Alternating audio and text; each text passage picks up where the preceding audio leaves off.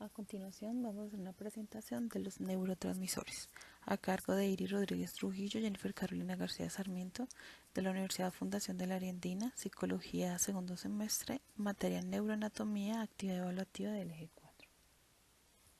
¿Qué son los neurotransmisores? Son sustancias químicas creadas por el cuerpo que transmiten señales, es decir, información, desde una neurona hasta la siguiente a través de unos puntos de contacto llamados sinapsis. Cuando esto ocurre, la sustancia química se libera por las vesículas de la neurona presináptica, atraviesa el espacio sináptico y actúa cambiando el potencial de acción en la neurona post. El funcionamiento de los neurotransmisores. La neurona que emite el neurotransmisor se denomina presináptica y la que recibe este se llama postsináptica. Cada una de las neuronas están intercomunicadas con otras consecuentes de forma simultánea. El accionar de cada neurona depende de la acción transmitida por el neurotransmisor, pudiendo ser estimuladas o inhibidas dependiendo. Dentro de la clasificación encontramos las aminas o monoaminas, que son neurotransmisores que derivan de distintos aminoácidos, como por ejemplo podemos encontrar la norepinefrina, la dopamina y la serotonina, que hablaremos de ellas más adelante. Los aminoácidos, que encontraremos el glutamato, la GABA, el aspartato o la glicina, que también hablaremos más adelante, las purinas, los gases, los péptidos y los ésteres. Las monoaminas obtienen su nombre debido a que éstas se sintetizan a partir de un único aminoácido. De igual manera, estas también se conocen como otra clase de neurotransmisores de pequeño tamaño. Suelen estar presentes en grupos de neuronas localizadas principalmente en el tronco encefálico. Entre los monoaminas se destacan 4 neurotransmisores que se dividen en 2 grupos: la dopamina, norepinefrina, epinefrina, serotonina, que se dividen en el grupo de las catecolaminas y las La serotonina, este neurotransmisor, es sintetizado a partir del triptófano, un aminoácido que no es fabricado por el cuerpo, por lo que debe ser aportado a través de la dieta. La serotonina es comúnmente conocida como la hormona de la felicidad, porque los niveles bajos de esta sustancia se asocian a la depresión y a la obsesión. Tiene un papel fundamental en la digestión, regula los estados de ánimo positivos y negativos, controla el nivel de temperatura corporal, influye sobre el deseo sexual, reduce los niveles de agresividad y regula el sueño. El exceso de serotonina provoca el síndrome de serotoninérgico, un conjunto de síntomas de distinta gravedad que afecta a individuos que consumen antidepresivos. Su causa más habitual es la sobredosis o la interacción entre medicamentos que tienen la capacidad de aumentar la liberación de serotonina. La dopamina es el neurotransmisor catecolaminérgico más importante del sistema nervioso central de los mamíferos y participa en la regulación de diversas funciones como la conducta motora, la emotividad, la afectividad, así como en la comunicación neuroendocrina. La dopamina se sintetiza a partir del aminoácido L-tirosina y existen mecanismos que regulan de manera muy precisa su acción.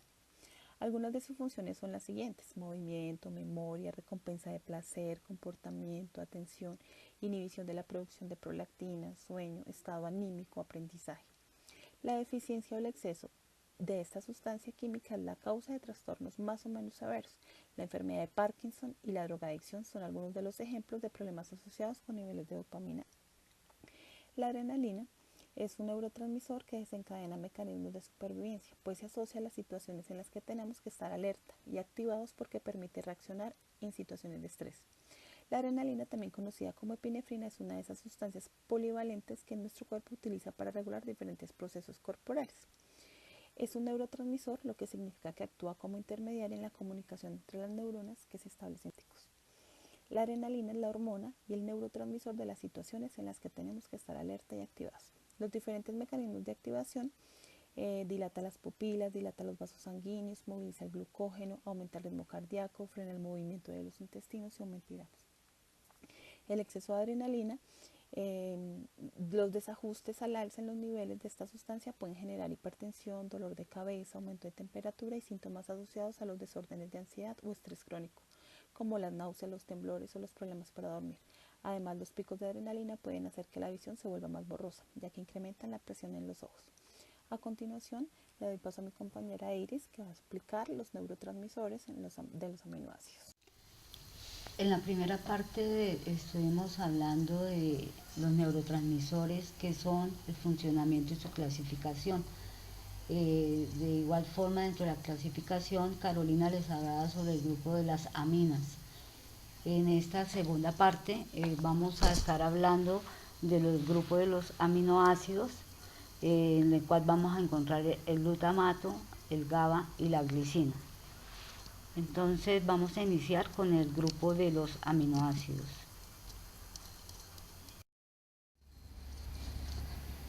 El glutamato es un neurotransmisor excitatorio. Esto quiere decir que actúa como mensajero químico despolarizando la membrana y aumentando la posibilidad de que se genere un potencial de acción. Dentro de las generalidades que podemos observar del glutamato, podemos decir que es el principal neurotransmisor excitatorio del sistema nervioso central, liberado tanto por neuronas como por las células glía. Las células glías, pues su función es de soporte de las neuronas, además que interviene activamente en los procesamientos cerebrales de la información en el organismo. Además que es importante porque mantiene un adecuado funcionamiento del tejido del sistema nervioso. El glutamato también está implicado en el sentido del gusto, en el mantenimiento de las células intestinales y en el metabolismo de las células del hígado. Es el principal mediador de la información sensorial, motora, cognitiva, emocional e interviene en la formación de memorias y en su recuperación, estando presente entre el 80 y el 90% de la sinapsis del cerebro. Interviene en la neuroplasticidad, los procesos de aprendizaje y es precursor del GABA. Cuando hablamos de neuroplasticidad, se refiere a la capacidad del cerebro para cambiar y adaptarse como resultado de una experiencia. Los receptores del glutamato. Tenemos dos tipos de receptores que son los ionotrópicos, que son aquellos en los cuales se une su ligando, la llave del receptor, abren canales que permiten el paso de iones al interior de la célula. Y los metabotrópicos, cuando se une el ligando, ocasionan cambios en la célula por medio de segundos mensajeros. No olvidemos que regulando por el ligando significa que la unión de una partícula con características específicas regula el estado del canal. Trastornos asociados con el glutamato. Se ha comprobado que una liberación excesiva de glutamato está relacionada con la muerte de las neuronas por isquemia. El glutamato es el principal neurotransmisor en los trastornos cerebrales agudos como infartos, paro cardíaco, hipoxia, que es la falta de oxígeno en el tejido cerebral, por lo que las neuronas se mantienen en un estado de despolarización permanente, lo que lleva a la liberación continua del glutamato. Algunas de estas patologías con las que se ha relacionado la toxicidad del glutamato son la epilepsia, la enfermedad de Huntington, el ictus, el Alzheimer y el Parkinson. En el caso específico de la epilepsia podemos decir que se relaciona especialmente con los receptores AMPA, y a medida que la epilepsia progresa, los receptores NMDA adquieren importancia. Los receptores NMDA y AMPA están formados por 4 subunidades que atraviesan la bicapa lípica de la membrana celular. Ambos son receptores del glutamato y abren los canales iónicos cargados positivamente. El receptor AMPA obra o se activa más rápidamente, mientras que el NMDA no se activa hasta que la neurona no tenga un potencial en la membrana de menos 50 MB. Como podemos observar, algunos de los síntomas comunes de la enfermedad de Huntington están los movimientos coreicos, la lentitud de movimientos voluntarios, depresión, apatía, ansiedad, cólera, lentitud de pensamiento, dificultad para centrarse o para planificar. Entonces, como ya vimos, el glutamato es un excitatorio, pero a falta de pues se va a presentar estos tipos de síntomas que en muchos casos, tanto en la enfermedad de Huntington, el ictus, el Alzheimer y el Parkinson, presentan sintomatologías muy similares. Ácido gamma aminobutírico o más conocido como GABA. Es un neurotransmisor inhibitorio. Esto quiere decir que mantiene la membrana polarizada y disminuye la posibilidad de que se genere un potencial de acción.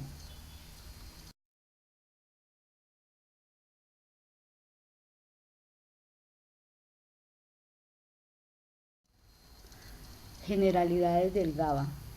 Actúa como freno de los neurotransmisores excitatorios que llevan a la ansiedad. Ayuda a controlar el miedo y la ansiedad cuando las neuronas se sobreexcitan. Se encuentra en todo el cerebro, pero en mayor concentración en el cerebelo. El GABA contribuye al control motor, a la visión o regula la ansiedad, entre otras funciones corticales. El GABA es sintetizado a partir del glutamato, como ya lo dijimos inicialmente. Para ello, los receptores del GABA situados en las neuronas reciben mensajes químicos que les hacen inhibir o disminuir los impulsos nerviosos. Juega un papel muy importante en la cognición y en la respuesta del cuerpo frente al estrés. Envía mensajes químicos por el cerebro y el sistema nervioso. En otras palabras, lo que realmente hace el GABA es participar en la comunicación entre las neuronas.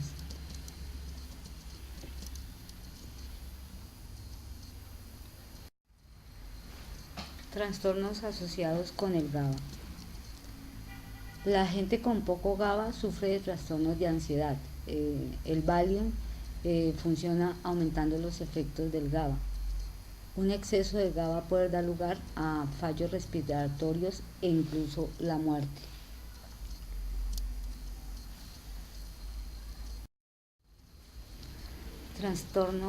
Seguimos con los trastornos asociados con el GABA. Ya vimos que dentro de los trastornos también está la epilepsia y el insomnio. Además de esto, existen diferentes o distintos fármacos que aumentan los niveles de GABA en el cerebro y se utilizan pues para tratar la epilepsia, la enfermedad de Huntington y para calmar la ansiedad. Por ejemplo, dentro de esos medicamentos encontramos las benzodiazepinas. Los niveles alterados del ácido gamma aminobutírico se asocian con los trastornos psiquiátricos y neurológicos. Niveles bajos de esta sustancia o una disminución de su función se vinculan con la ansiedad, la depresión, la esquizofrenia, los trastornos del sueño, el insomnio, con el dolor y muchas más. En el caso, por ejemplo, de la relajación, el GABA inhibe los circuitos neuronales que se activan con el estrés y la ansiedad, produciendo un estado de relajación y tranquilidad. Así, si el glutamato los activa, el GABA lo que hace es restablecer la calma, reduciendo la excitación de las neuronas. En el sueño, el GABA va aumentando progresivamente cuando estamos somnolientos. Cuando estamos dormidos alcanza niveles muy altos, ya que es el momento en que estamos más relajados y tranquilos. En el dolor se sabe que el GABA posee efectos nociceptivos de percepción del dolor, para ser más exactos. Por ejemplo, si se administra baclofeno, que es una sustancia que se une a los receptores del GABA B, se produce un efecto analgésico en los humanos. Dentro de las funciones endocrinas, podemos también decir que después de que se reciben dosis altas de GABA, se produce un aumento significativo de la hormona del crecimiento. Esta hormona permite el desarrollo y la recuperación de los músculos y también aumenta durante el sueño profundo. El GABA también parece que juega un papel muy importante en la regulación de los ciclos hormonales femeninos. En las alteraciones del GABA, su actividad se puede alterar por diferentes condiciones, por ejemplo, por el consumo del alcohol, drogas o fármacos. No olvidemos que el GABA es un neurotransmisor inhibitorio, entonces por el consumo de estas sustancias el GABA se altera. En el caso de la ansiedad, los niveles bajos de GABA o una actividad inadecuada de este neurotransmisor se asocia con, como ya lo hablamos, con la ansiedad y con el estrés. Por eso hay una gran cantidad de fármacos que actúan sobre los receptores del GABA. Pero también hay actividades relajantes como el yoga que pueden actuar en parte con los niveles del GABA. Específicamente aumenta de manera significativa la cantidad en el cerebro. En la depresión, los niveles excesivos del GABA pueden traducirse en depresión, ya que demasiada relajación puede convertirse en indiferencia o apatía. También se ha descubierto una asociación de niveles bajos de GABA en el cerebro con alucinaciones olfativas y gustativas. Estos síntomas son positivos para la esquizofrenia, condición que también se asocia con el GABA. En los trastornos de movimiento, algunos trastornos neurológicos como la enfermedad de Parkinson, el síndrome de Tourette o la discinesia tardía también están relacionados con el GABA, perdón. Como podemos ver, hay mucha relación, es demasiada la relación entre el GABA y el glutamato. Entonces, mientras que uno excita, el otro inhibe. Pero el mal funcionamiento de cualquiera de los dos neurotransmisores pues trae complicaciones de parte y parte. En la epilepsia, un fallo de regulación de la transmisión del ácido gamma aminobutírico produce hiperexcitabilidad, es decir, que las neuronas se activan demasiado dando lugar a una actividad epiléptica. Las principales focos epilépticos donde falla el GABA están en el neocórtex y en el hipocampo. Sin embargo, la epilepsia también tiene un fuerte componente genético. Hay personas que nacen con la predisposición, con una mayor predisposición que otras a sufrir la actividad o las convulsiones. En la cognición se ha encontrado que los receptores de GABA-A poseen un lugar de acción en una sustancia llamada RO4938581. Este fármaco es un agonista inverso, es decir, que hace un efecto contrario al GABA.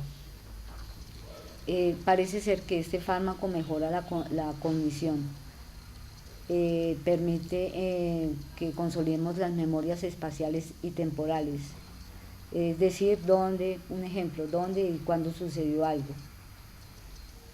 Ya hablamos de adicción a las drogas. El baciclofeno es un fármaco que antes ya mencionamos, que parece que es útil para tratar las adicciones a las drogas, al alcohol, a la cocaína, a la heroína y a la nicotina. Aunque tiene efectos secundarios, se usan otros parecidos que también causan un efecto inhibitorio. Las drogas de abuso provocan una liberación de la dopamina en el núcleo en una zona del cerebro, que es esencial en la sensación de recompensa y de reforzamiento. Cuando se administra baclofeno, el deseo de tomar drogas disminuye. Y esto ocurre porque la sustancia reduce la activación de las neuronas dopaminérgicas de esa área. En definitiva, se sienten que la droga no hace el efecto esperado y no desean consumirla.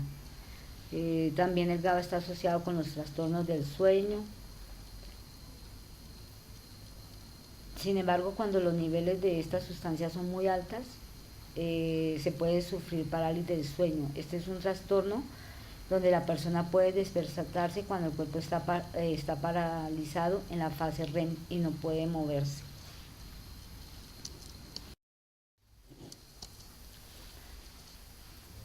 Vamos a hablar de la glicina, que es un neurotransmisor inhibitorio. La glicina tiene una clase específica de receptor que solo responde ante la presencia de esta sustancia. Se trata del receptor de tipo GL y R. Una vez que se ha producido este encaje, varias válvulas de las neuronas en la que se encuentra el receptor empieza a trabajar de un modo que entran iones de cloruro al interior de la célula nerviosa. Esto genera una respuesta en cadena que dependiendo de las circunstancias las que se encuentre en la neurona, hace que se produzca o no una etapa de despolarización, la cual hace que un impulso eléctrico recorra todas las células hasta que sus efectos llegan a otras hendiduras sinápticas. Las hendiduras sinápticas son los espacios en que las neuronas se comunican entre ellas.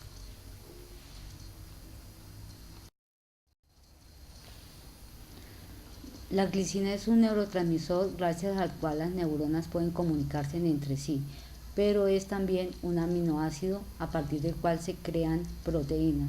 Entonces, con esto podemos decir que la glicina cumple doble función. Es la más simple de los neurotransmisores del grupo de los aminoácidos. Se localiza en el sistema nervioso central, específicamente en la médula espinal, en el tallo cerebral y en la retina. Funciona armónicamente con la glutamina, sustancia que juega un papel fundamental en la función del cerebro. En la médula espinal permite controlar los movimientos de las extremidades del cuerpo. Las funciones de la glicina. En lo que respecta a los diferentes procesos que realiza la glicina sobre las neuronas, las principales funciones son las siguientes. La regulación de la conducta motora. La glicina junto a otros neurotransmisores interviene en la regulación de los movimientos, haciendo que el tono muscular se mantenga y que los grupos de músculos puedan ser coordinados para realizar acciones coherentes. La regeneración de tejidos. La glicina está prácticamente por todo el organismo, contribuyendo al desarrollo y regeneración de los tejidos celulares gracias a su acción como aminoácido. Tiene efectos inhibidores en el cerebro. La inhibición que producen estas regiones cerebrales permite tranquilizar su funcionamiento y modular la hiperactivación del cerebro. Al igual que otros neurotransmisores como el GABA, la glicina actúa en ciertas zonas del cerebro, contribuyendo a que estemos en un estado de relativa calma, es decir, ausencia de estrés. Gracias a este efecto, la glicina hace que sea relativamente difícil entrar en un estado de hiperactivación nerviosa. Sin embargo, esto no quiere decir que la glicina nos adormezca. Contribuye a la fluidez de la cognición. Se cree que la glicina o la secreción de la glicina ayuda a que las funciones cognitivas se desarrollen de un modo más eficaz. Por ejemplo, recordar o tomar decisiones.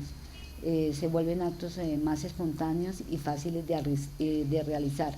Quizás en parte porque la ausencia de un excesivo estrés hace que la planificación a la hora de guiar estas funciones sea un poco más sencilla. Entre los trastornos asociados, su carencia puede ocasionar una serie de trastornos en el organismo.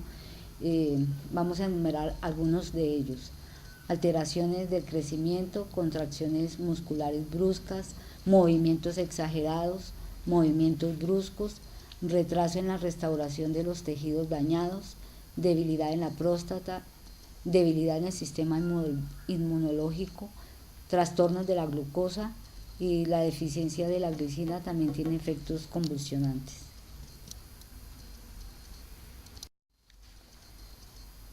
Hay unos datos a tener en cuenta, ya que hoy en día se producen algunos suplementos o complementos que contienen aminoácidos.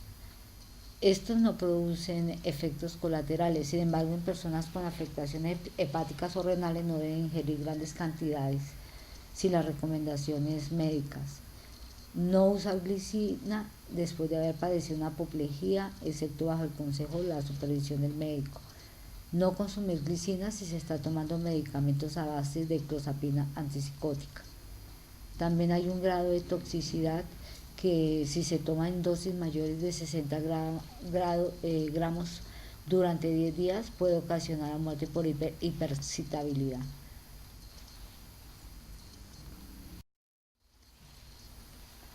Finalizando ya sobre el tema de los neurotransmisores de los dos grupos que tratamos, es importante resaltar que hay más de 100 neurotransmisores con funciones diferenciadas.